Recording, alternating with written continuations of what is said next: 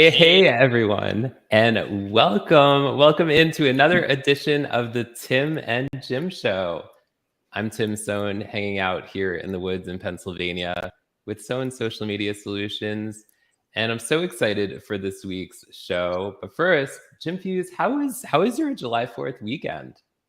You know, I had a very interesting July 4th weekend. We drove to Vegas, or Nashville, as it's called properly, and went on a tour of two historic sites, the Jack Daniel's Distillery and George Dickel Distillery. And I bought a lot of it's Tennessee whiskey, not to be confused with pure bourbon, because they do an extra step in the creation of their products. And of course, I don't know, because I know Valerie's in the Denver area. It was hotter than Hades these last few days. You know, like it was hitting 100 degrees according to the temperature gauge in the car.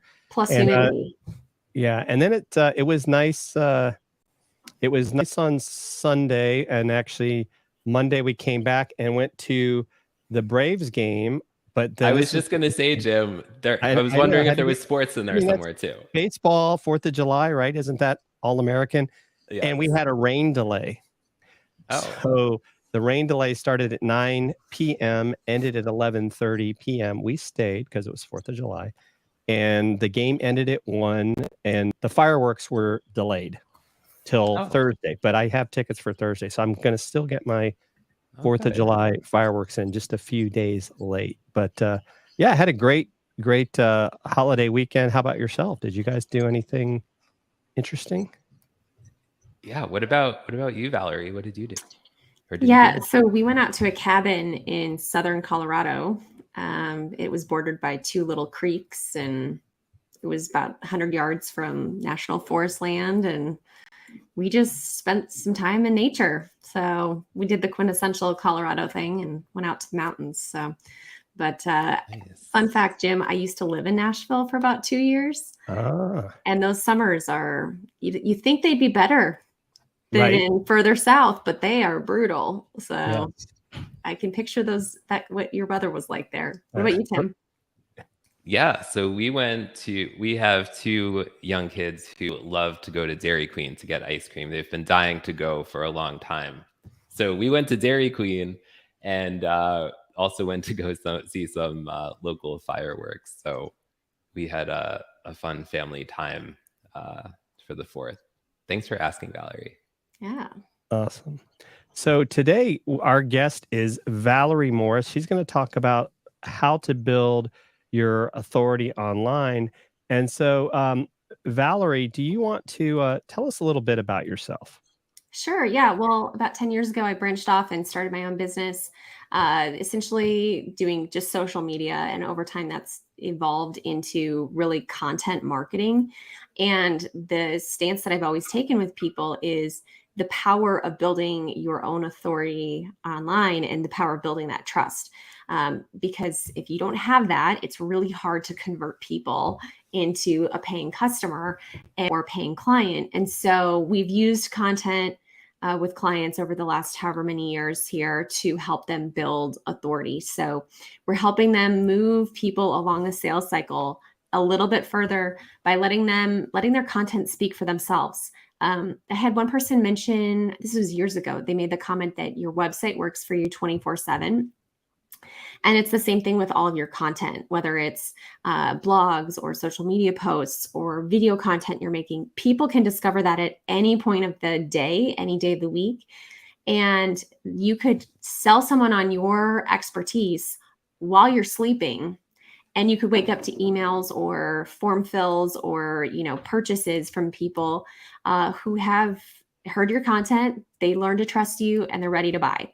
So a lot of my work has just been around that, building trust, really focused on being as comprehensive as possible with that. And then a few years ago, I wrote a book. It's behind me here, the We're All Ears. I'm trying to figure out my camera here. And it's all about how to cut through the noise online to build that authority. And a book has been a great authority builder for me. Like, I got speaking gigs even before the book came out. Just because they knew I had something to say.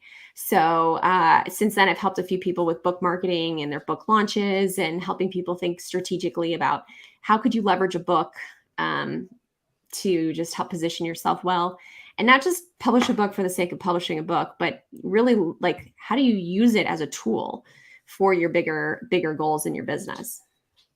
I think that's an excellent point, and I'm sure we'll probably get into that as part of this conversation on building authority. But I know Tim and I were fortunate enough to be included in Ross Brand's book.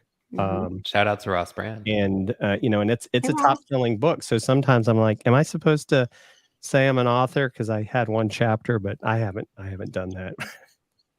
Hey, but it's still something you should be linking to for sure if you're not already. Right. Yeah. Right. Yeah. And so that's it's I think sometimes I know I do, we overthink what a book needs to be, right? I mean, I probably have one sitting around here somewhere that's like this thick, right? And it's like, it doesn't have to be a book this thick, right? It can be something very precise. So I think that I didn't realize that you had written a book, but like I told you, actually, it's on Amazon. If you want, I'll share the link later. So I did get it from Amazon, and I will read it because reading is fundamental. I don't know if any of you guys remember that from back in the day. Yes. So Tim, are you ready to shoot off questions to Valerie? I'm definitely ready, but first we want to thank everyone who's tuning in. Chris Bro is here. Thank you, Chris, for being here. And Sue Ann is here. Thank you, Sue Ann. Stefan Kaplan is here. My brother from another mother. That's what we call each other. He's excited about ice cream in the comments. He's putting all sorts of emojis. Russ Hedge is here. Thank you for being here, Russ. And everyone who is here live and on the replay, we appreciate you for being here. Now, Jim Fuse, I am ready. Right. And I am in suspense for question number here, one. and she said that she saw Valerie with Ross before. And I know Joanne, we're in a couple Volley groups together. And in the description of the show, folks, there is now a Tim and Jim Show Volley group. So make sure you join. Yes.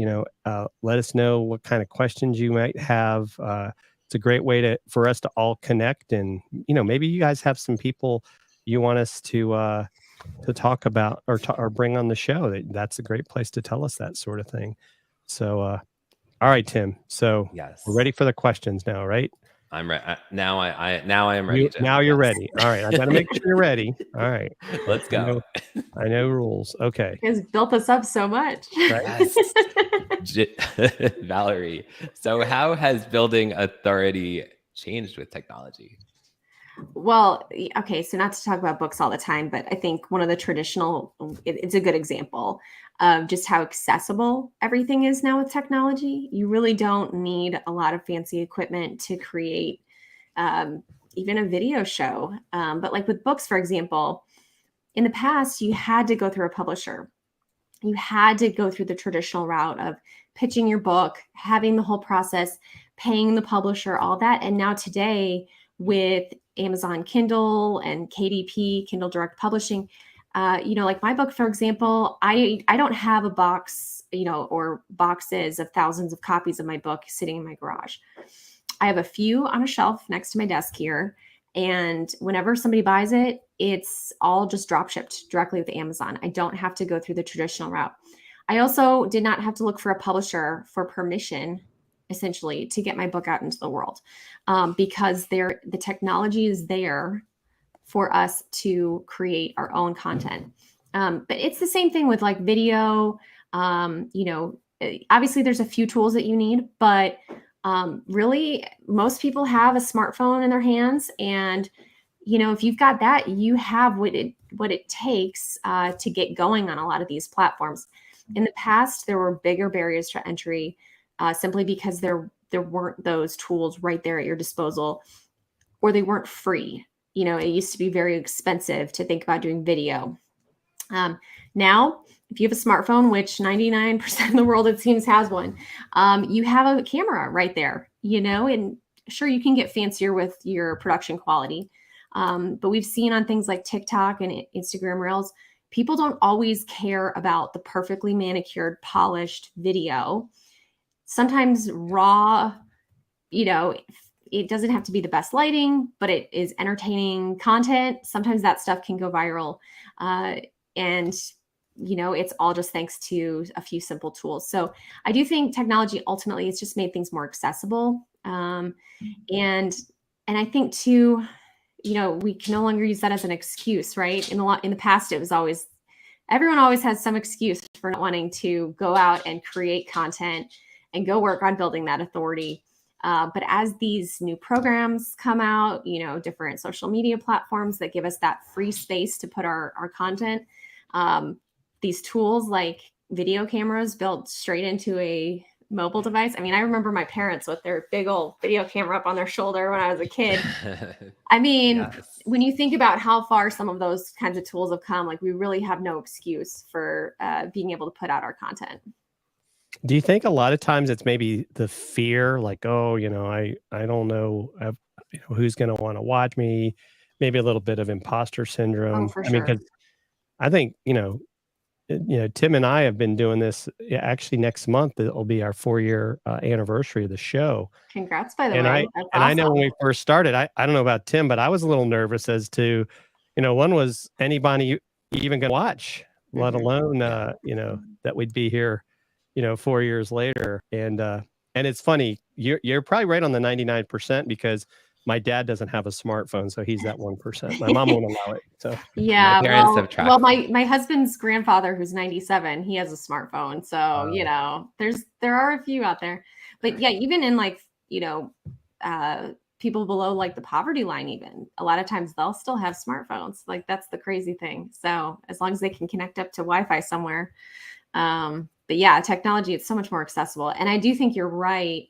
The whole like imposter syndrome is really, I think, what holds most people back. It's what holds me back most of the time. Between that and having an almost 2-year-old, there are just some days where like it's too loud. I can't make content in my house, or I'm just running in too many directions. But I would say more often than not, it's more of that, who would want to listen to me kind of a thing. And you wonder about that. And that the mindset piece is huge. Mm-hmm. Definitely. And real quick, want to say hello to Andrew Kavanaugh. He's over on Facebook. Good to see you, Andrew. Catherine Lang has a great comment. People care less today than they cared 2 years ago. Seeing the professionals do their own production cleared the way to not be perfect. And then Sue Ann, ease of access to tech has definitely leveled the playing field to creators. And I like Chris Bro, Catherine Lang loves their point. Get your info out. Don't wait for perfect. And if you want to get your info out, a great product to use is Chris Bro's company, lately.ai. We love Lately, use it all the time. In fact, need to start doing more specifically with the Tim and Jim show, because it uses AI to cut your stuff up in minutes, so you don't have to send it off to somebody in, some other country because you want to do it cheap, and you can do it in minutes as opposed to years. Yeah, and speaking of ease of use, we also love using Streamyard to produce this show because it's so easy to use. That's one of their so easy a pillars. Yes. So shout out to Streamyard, the sponsor of our show. Yeah. And and this is another good point. Catherine says, as soon as you hit publish, you'll have someone point out flaws. And I guess we would call those the trolls, because most of the time they'll point out the flaws, but then when you go look at their stuff, there's nothing for you to judge. Right. So I just usually, ignore the trolls, or even just block them, mute them. Don't let one person ruin your life. It's funny because you think about how many people live in the world, and we definitely, let one person sometimes ruin our day. And it's like, I got time for that. That's why I think some people don't like Twitter, because they say people are always saying, mean things. And it's like, well, just don't pay attention to those people.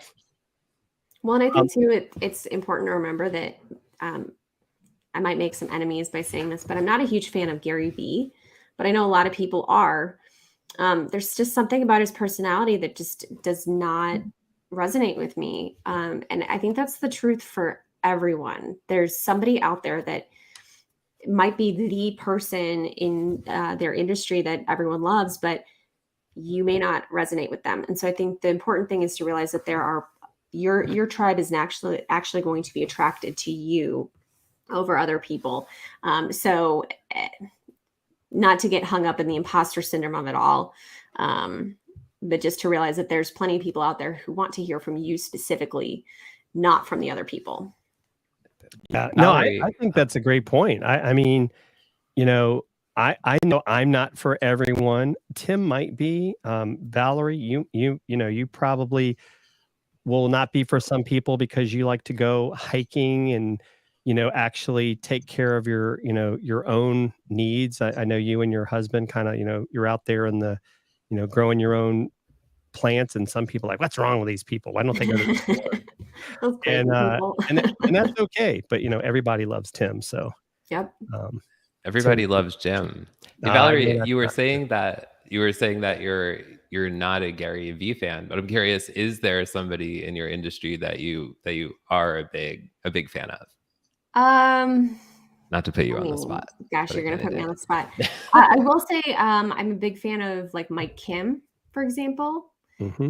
I love how he weaves in his own personal stories into the content that he shares, and have gone to some of his stuff. I mean, there's a lot of people I love, but there's a few that are really, really popular, and like Gary Vee, that I'm just like, I don't know. Well, and doesn't resonate with you. It's not that I don't like him. I just he's not my style, And it's not to say that the stuff that he says is bad. So. And there's nothing wrong with that. And I think the other thing that people don't realize is he kind of started with, if you want to call it, a base, because he came from the wine industry and he has a team. So he makes it look so easy when he's got a bunch of people helping him. And if you're a solo entrepreneur or brand new, you don't necessarily have the bandwidth to do what he's doing. Yeah. And it doesn't mean that, if you copy him, be yourself. I don't think there's anything wrong with that observation at all. Yeah. Are we ready for the next question? Are you ready, Valerie? I'm ready. All right. Why is it so important to build your authority online? Okay, so I kind of touched on this a little bit when I was kind of introing myself, but I think it moves people through the sales process that much faster. Like I said, people can be looking at your stuff at 2 a.m. while you're asleep and realize that, hey, this Jim guy, he could really help me with my video production. I really like what he has to say. What he has to say really makes a lot of sense. And you could wake up to a private message on social media. You could wake up to a form filled out on your Contact Us page. You could wake up to all of those things, and you have sold them while you were asleep. And so building up that online authority, like it's just so important, because you never know who's looking at your stuff and when they're looking at your stuff. And it also takes time. Building up authority does not happen overnight. And so like building up that incremental authority over some time helps you build that trust, the longevity. It helps people know that you're not just, a flash in the pan, that, you're going to be gone here in a few months or whatever. But showing that track record is really important as well. And so, if that's your focus, to build authority online, to build trust ultimately with people, over time, it's gonna start paying dividends for you. It's kind of like you can see the parallel with social media and paid ads, or like with SEO tactics and Google or search engine ads. With SEO tactics, for example, you are working to build authority with Google so that you rank in that number one spot. Same thing with your social media content. You could be posting on a regular basis, building your audience base, building your Volley group, building these different places where you have your own audience that you can speak to. But if you need to like quickly get your name in front of people, you can pay. You can pay to get that number one spot on Google. You can pay to get your ads out to people on social media. But as soon as you stop paying, that goes away. But if you're working on building your authority online, even if you take a break for a little bit, like when I went on maternity leave with my daughter, it's not like my presence just went away for those few months. That authority that I'd been building up over time online was still there working for me, even though I was not physically as present as I would normally be. So I like to think of building authority in that long game approach, and really building something that's going to work for me now, but also in the future. You know what I love about what you said there too, right? I think it's about the consistency, right? It's about getting out there. And I personally, I don't know if you want to say an epiphany, but I had a conversation with Brian Wallace. Actually, it's more than 2 years ago. And I was asking him a couple things. And one thing, he doesn't run ads.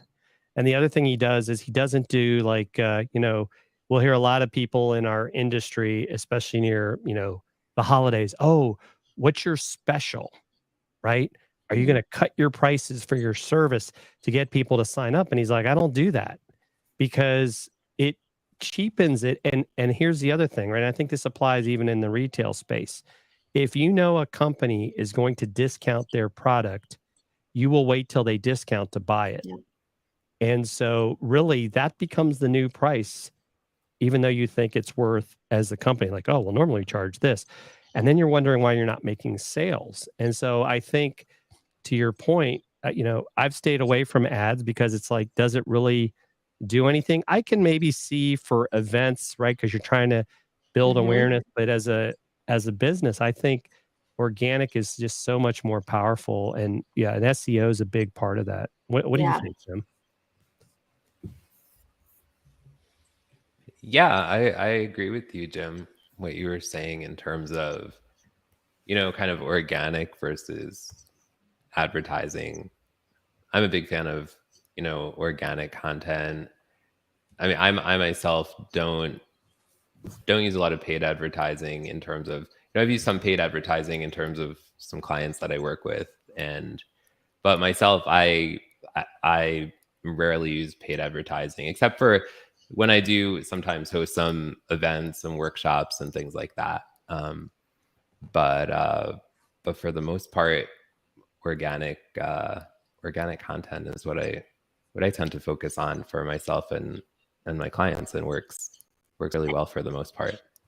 And I'll just mention, I typically end up working with I call them the not so sexy type clients. I mean, a lot of them are in professional services.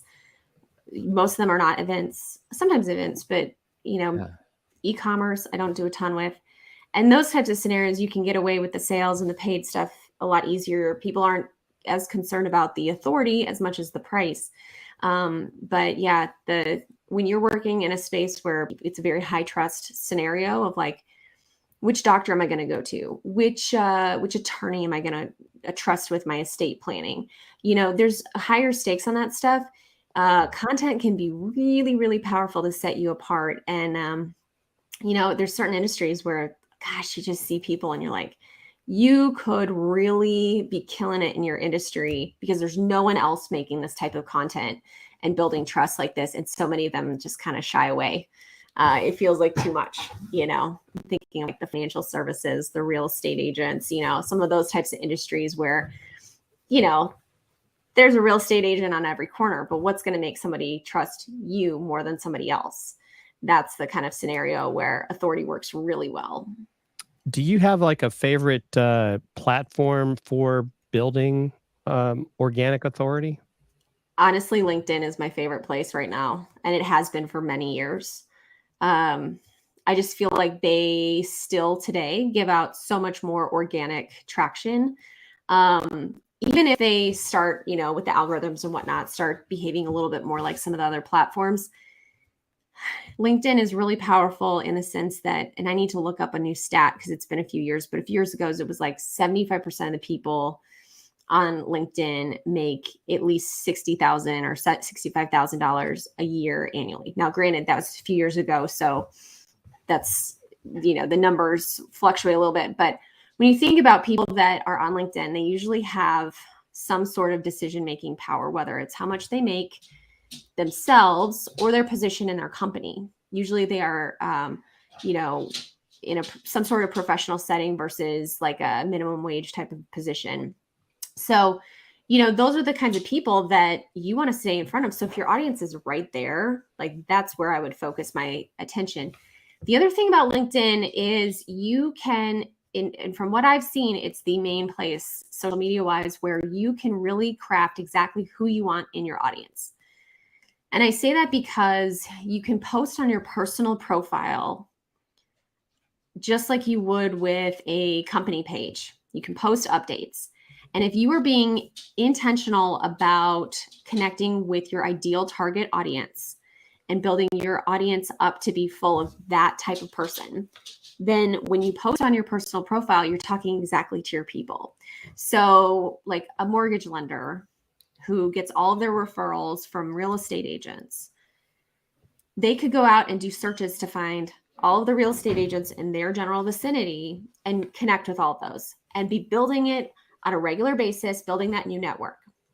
So then when you post about your mortgage services and your team's ability to serve, then you're speaking majority to real estate agents. Now, granted, I know we all have like our friends from college or our neighbor and people in other industries, but if you can craft your connections to be full of your ideal people, it's really powerful. On most other platforms, you can go follow other people. You can promote your page to certain types of people. But there's no guarantee that they will be the ones that follow your company page. But on LinkedIn, with your personal profile, most people, unless you're going to be really spammy about things and give off spammy vibes, most people will accept your connection request. And you can really start getting your foot in the door with some strategic connections. Yeah, no, that all, I mean, great stuff. Have you started a LinkedIn newsletter yourself? Because I know that's been it's something in the works. Actually, I was working with my team the other day about getting that going because I've seen a lot of huge success with brands that are just getting going with that. And that's one of those things that like I'm kicking myself a little bit of like, I need to get that going faster because if I wait too much longer, that's just going to be the other thing that everybody else is doing. Right. And if I can get my subscribers sooner before everyone feels like, oh, everyone has a newsletter, then I already have them as a subscriber. So that's one thing. I will say to that point, one of the things that I've noticed over the last 10 years of working in social media, and maybe you guys have seen this too, is to watch for the shiny objects. So like look for those new features that a platform rolls out and take advantage of them because they usually give you more organic reach when you use that new tool. So like when Reels came out on Instagram, when Facebook Live first became a thing, here with LinkedIn newsletters, like any of these things that are new within that platform. It's not a whole new platform, but new within that platform. The algorithm kind of rewards you more for playing around with their new tool. So yeah, the new LinkedIn newsletter is definitely one that is on my radar for sure. Yeah. And I know they're also, at some point, of course, you have to be in creator mode, and we probably should have someone come on at some point to talk about that. Is they're going to be releasing LinkedIn audio as well. And so to your point, they're going to reward people for doing audio spaces, right? So this is the Twitter Spaces competitor, the Clubhouse competitor. But if you've already got all these connections on LinkedIn, right? I think that's where Clubhouse is. Maybe you want to call it the pros and cons. The pros is you're meeting people that maybe were on platforms you were on, that now connect with you on those platforms. But the con is because it's not built like, well, I already have all these people on Twitter or on LinkedIn. So when they see my content, because I've built trust, they're going to see that. And Chris Bro made a comment that he should up his LinkedIn game. You know, he's on Twitter. Those are actually probably my two favorites, is Twitter and LinkedIn, because I feel like, you know, with Twitter, you're able to have, you know, Twitter chats, quick messages, quick engagement, where LinkedIn is a little bit more of a long game, right? You've got to build up. And I think, Valerie, I think you probably know Judy Fox as well. And, you know, Judy talks about, you know, don't feel like you got to create content all the time. Just engage with the people in, you know, in that circle that you want to connect with. So I think going back to your, you know, the mortgage person should be looking for realtors and just commenting and not being spammy, like, you know, hey, you know, come to me for mortgages. I think those are awesome points. We're going to take a quick, about 30-second break to get a word from our friends at Streamyard. And we're going to come back with a final question for Valerie. And you have to do the Tim dance when we come back, in case you don't know that, Valerie. Oh gosh. That, you know, it's pretty heavy duty. Gosh, you're gonna have to teach me.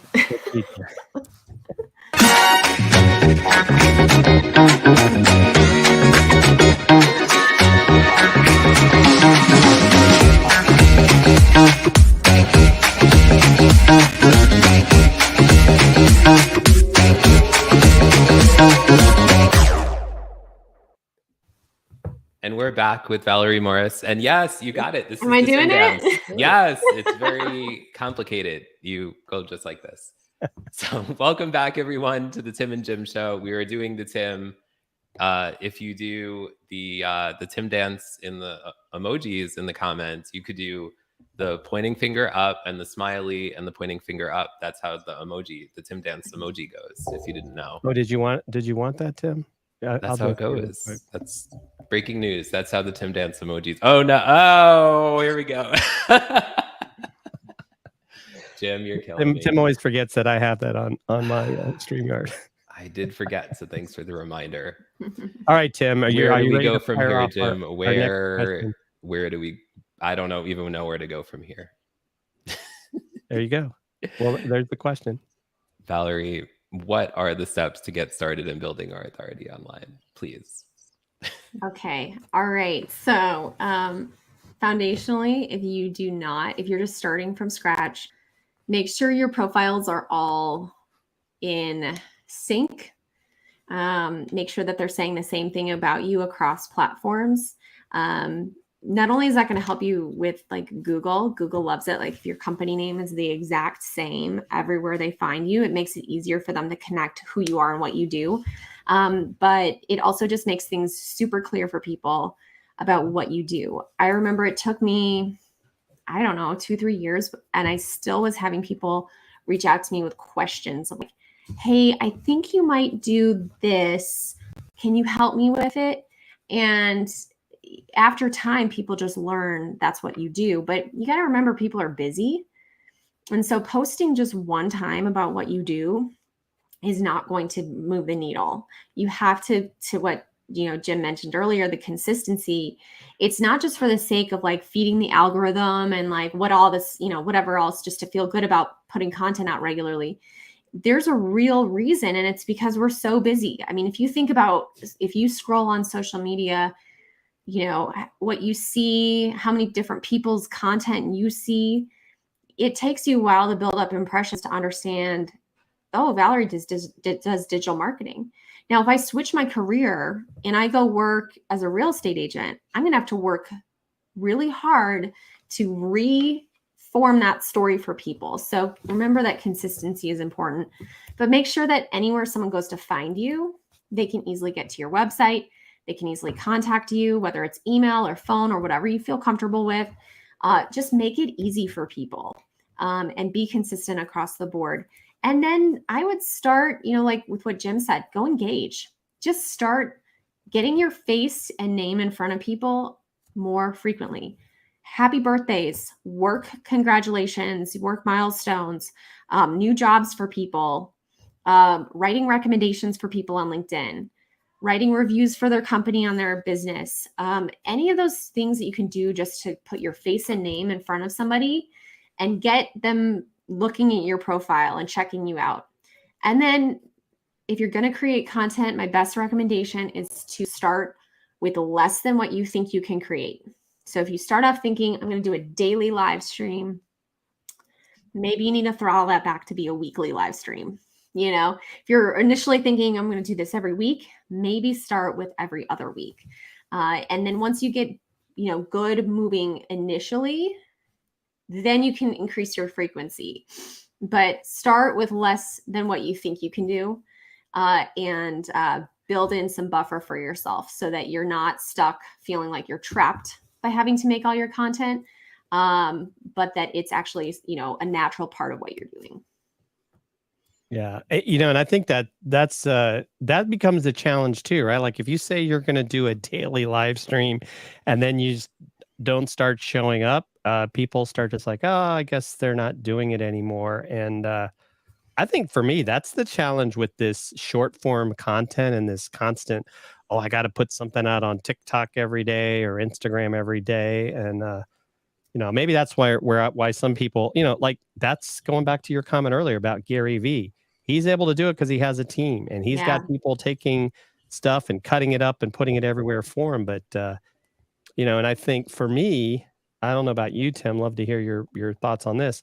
Yeah. I think that's why I've been slow to, if you want to say, be a talker, because it's like, I don't see how that's going to move the needle for my business by me putting a bunch of short, you know, form content on TikTok when I don't even know if my ideal client is there, but I know they're on LinkedIn because like Valerie said, they're making, you know, it's at least 65,000, if not more now. And I also know I've made a lot of great connections on Twitter. So it's like, I don't even know that Facebook is the place, because I feel like that's where just people want to, you know, hang out or get into political discourse and try to change people's minds. So I just don't see it as something that does a lot for me. I mean, I don't know. What are your thoughts, Tim? Yeah, I'm the same way as you. I've been slow to embrace TikTok, but I was watching, I can't remember whose live stream show the other day, but they mentioned a really interesting stat, which was that TikTok is the fastest growing platform now in terms of the demographic of 40 and up, which is the way that Facebook was years ago, right? So that may motivate me to get going on the TikTok train. But what do you think, Valerie? Yeah, Jim, go. I was going to say this before, Valerie. The FCC is after TikTok. I don't know what's going to come of that, but they want Apple and Google to take them down. So I'm kind of like waiting to see what happens. Holding your breath. Yes. Yeah, I'm a little on the fence with TikTok. I played around on it just because, you know, as a social media manager and content creator, I mean, you have to kind of know what people are asking about. Yeah. But I will not get on there and dance. I mean, maybe I'll do the Tim dance on there, but that's about it. And so I'm one of those people that, like, the people that are up there doing these like sassy whatever moves and whatever, I'm like, yeah, I don't have that kind of rhythm. You're not going to see me do that on Instagram Reels. Like, you're not going to see me do that on TikTok. So it's taking me a while to figure out like what would be interesting and worthwhile to put up on there. I will say I noticed, I loved Catherine's comment here. She said, daily anything is a challenge. I have kids and have to feed them daily. Eating cereal for dinner does make a regular appearance. I mean, yeah, no joke. Like that's my struggle too. Is like, seriously, I have to put more food on the table. Like my kid wants to eat again today or I want to eat again, so the daily struggle with anything.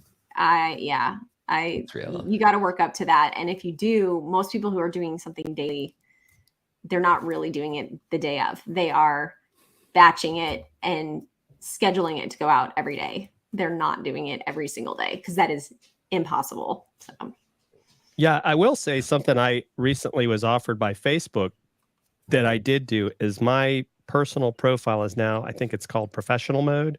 Nice. And what I do like about it is I can schedule post on my personal page, and I'm now getting insights as to how many people are seeing things. So I was a little hesitant at first, but after listening to Mari Smith, and I know Eddie Garrison started doing it, I said, well, why not? You can always switch back. Yeah. Because even though I do share, family stuff, and let me ask you this, Valerie, because you're as I've gotten to know you over these past few months, because we've run into each other at a couple of different conferences. I mean, you're a very I'll say dynamic person, because you're more than what meets the eye, right? It's not just that you do this social media stuff, but you've got a family. You live out, kind of I guess if you want to call it a ranch farm, and you're doing all this stuff that has nothing to do with social media. Do you share that? And do you find sometimes that kind of showing people the real you actually gets you a lot more engagement than maybe you thought you would, and you're just being you? For sure. Yeah.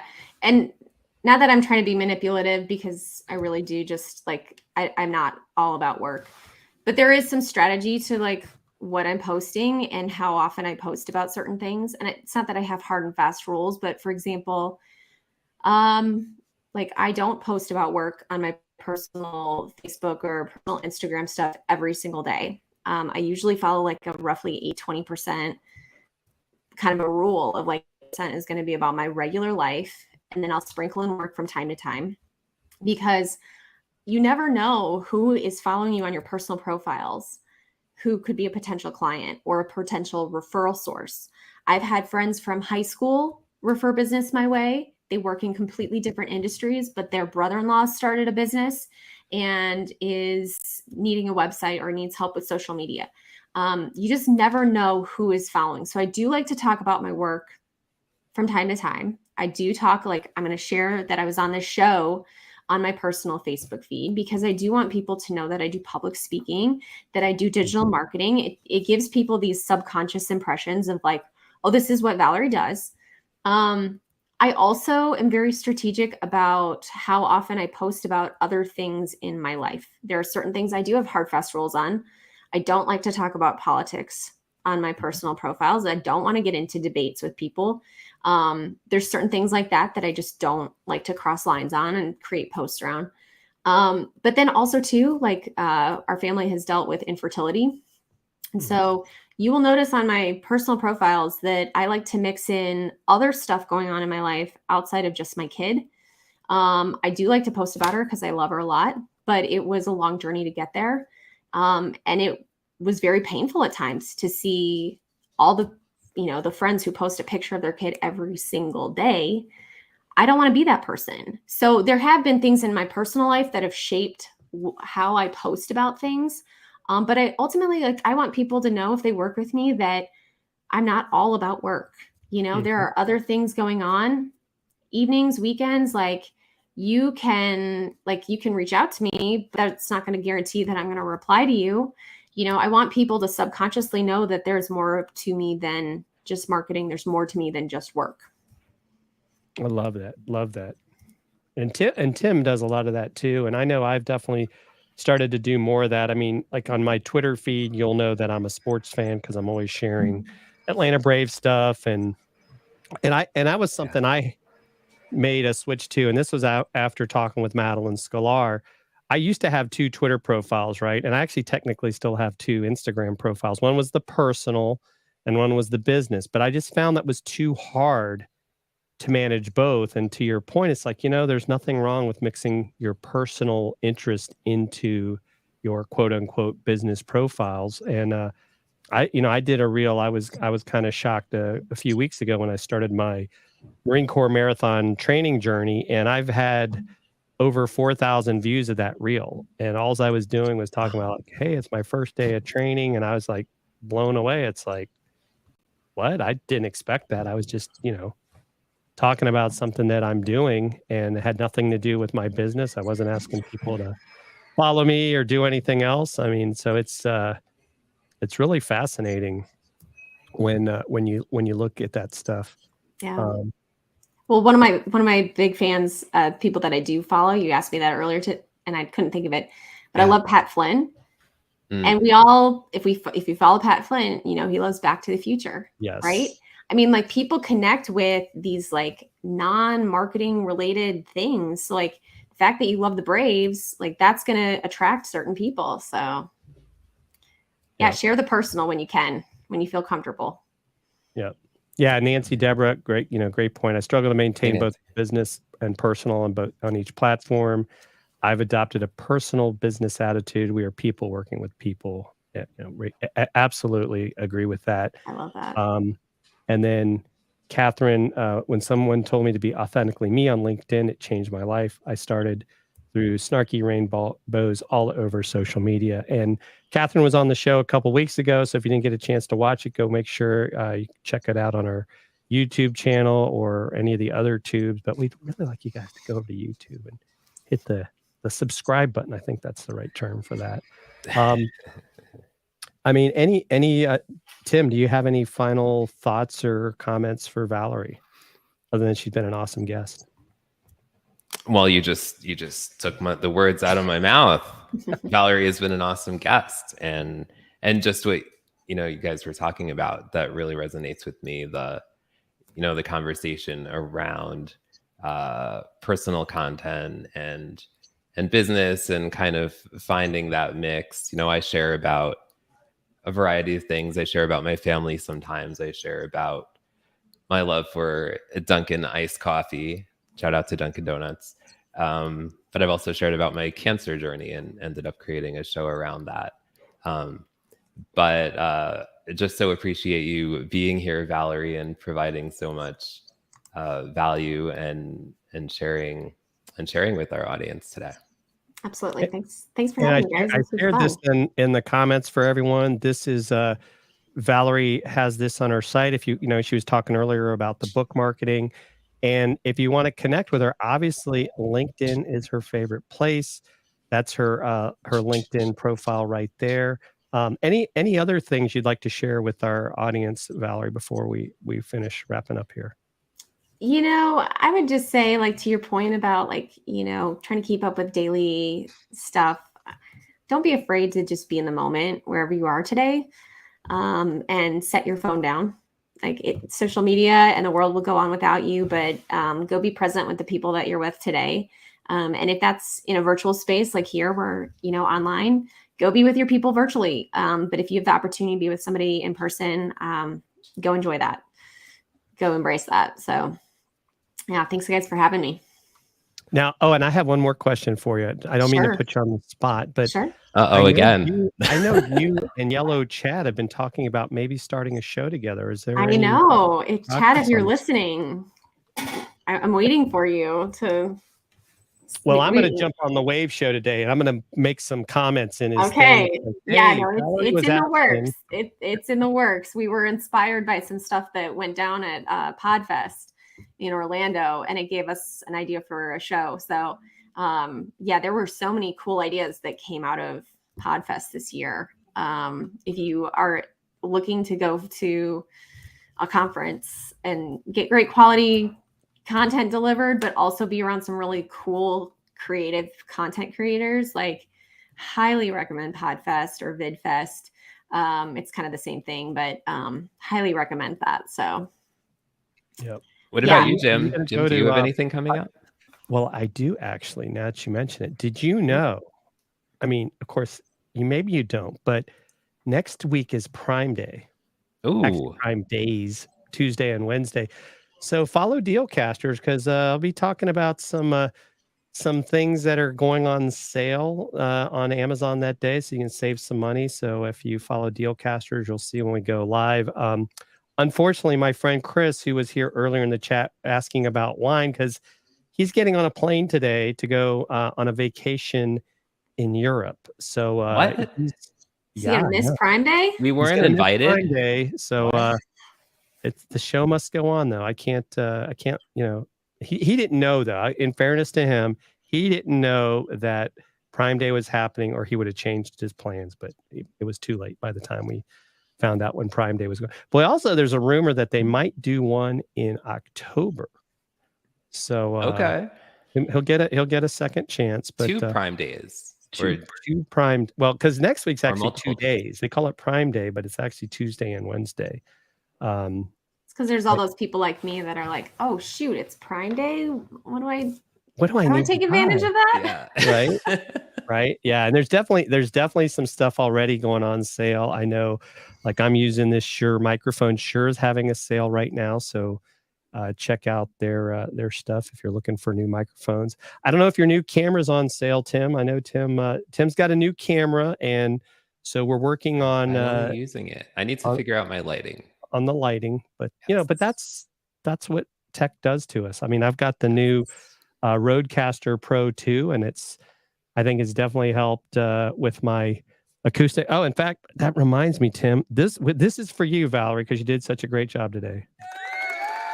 Oh, thank you. And I know I just made Tim's day because he's always wanted us to be able to do sounds on the show. But yeah, I'm so excited, Jim. Yeah, but Valerie, you've been awesome. Thank you so much for being a part of our the Tim and Jim show. And hey, Jim, should we tell people who's coming next month for our 4th anniversary, or should we wait? I think we should wait. We're gonna wait. We have a really amazing guest for our 4-year anniversary, and you know what? Maybe can we have people guess who they think our guest should be? Sure, we could do that. So yeah, put a guess in the chat, and we'll see if anybody gets it right. And if they get it right before the actual announcement, maybe we'll give them a prize. I don't know what that prize would be. Maybe we'll give them a copy of Valerie's book. There you go.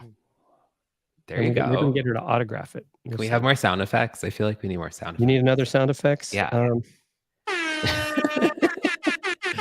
Yes. Oh man, you guys are making my day.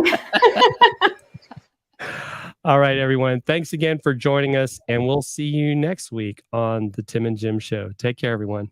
Bye, y'all.